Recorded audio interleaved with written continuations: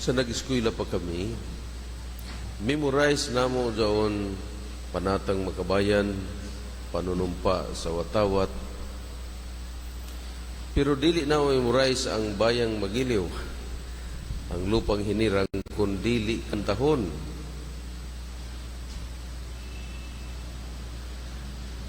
Kung magkanta kami ng lupang hinirang, amo masabtan an amo tagkanta, ilabi na ang kamot ari sa dubdub. Amo ma-imagine kung giunsa paghalad sa mga bayani sa ato nasod ang ilang kinabuhi para lamang sa ato kagawasan. Mao nga kung sa pagampo mga kaigsuunan, si San Agustin nag-ingon, si kinsa kadtong magkanta sa pagampo, nagampo siya nga dubli. Kay kung atong kantahon ang atong pagampo, muduyot gadto dinhi sa kasing-kasing, masabta nato. Kita kung makamemorize kita sa pagampo, ang tendency isahay recital rakan. Makadungog man kita nandiyon panahon sa pagrosaryo, sa panahon ng magprosesyon, panahon ng magnobina sa minatay, di pa nga mahuman ang katunga, nagsulod ang katunga. Recitation rakan. Pero ang atong Ginoong Hesukristo nagtudlo ka nato na dili nato pag paspason diha sa pagampo. Kaya ang amahan ay balo na daan kuno sa atong gipangayo, bisan di pa kita mabungat ni ini. Kung magampo kita sa kinasingkasing gayud, ug sabto nato ang atong gilitok, dili kay magsaligra kita kay memorize na nato. Ang giya sa pagampo mga kaigsuunan, bisan kung dili nato ma-memorize usahay ang uban nga mga pagampo. Ang una, mao ang pagdaig, pagsimba ug pagpasalamat sa Dios. Sa tanan niya nga gibuhat kanato, ang iyang katingalahan nga mga panghitabo nga gipaabot sa atong kinabuhi, ato siyang daigon ug simbahon ug pasalamatan una sa tanan. Kay kini dili man tuod makapa samot pagkagamhanan sa Dios, pero musibaw ang atong gibuhat sa Dios nganhi kanato. Kung unsa ang atong pagabuhaton sa Dios nga mga pagdayeg, pagsimba, pagpasalamat, makaambit usab kita niini.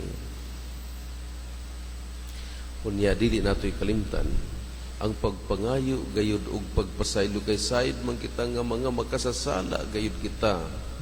Di kita magbinakak nga kung mangayo kita pasaylo, nagpasabot ka na nga nakapasaylo na kita sa uban usab nga nakasala ka nato.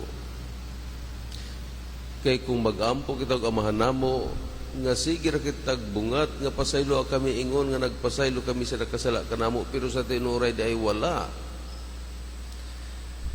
Kana sumala pa sa mga psychiatrists, ang dili pagpasaylo ug ang kadunay nga pagdumot usa sa mga hinungdan sa atong mga balatian.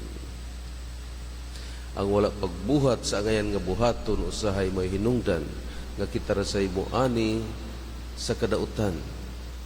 Mao nga sa atong pag-ampo magmatinud-anon kita, kung tinuod nga naghinulsol kita tubangan sa Dios na kinahanglan sa iyang pasaylo, pasayloon usab nato in prayer kundi nato maabot ang katong mga tao nga napasakitan nato. In spiritual manner sa mga tao nga wala nato magakus og ma-reconcile, magkaulay og kabubuton, ilabi na sa mga nangamatay na. Pinaagi sa pagampo, magkapinasaylo ay, magkaiduli ay gihapon og maayong kabubuton, ug kung ato kanang buhaton sa atong pagpangayo ug pasaylo sa amahan, mapasaylo gayud kita. And then, human sa pagsimba sa Diyos o pagpangayog pasaylo o paghinulsol, diha na dayon ang atong mga pangaliyupo. supplication. Kung unsa nga atong gikinahanglan matag adlaw, inadlaw ra lamang, di nato pag tinuigon, di nato lang na once and for all.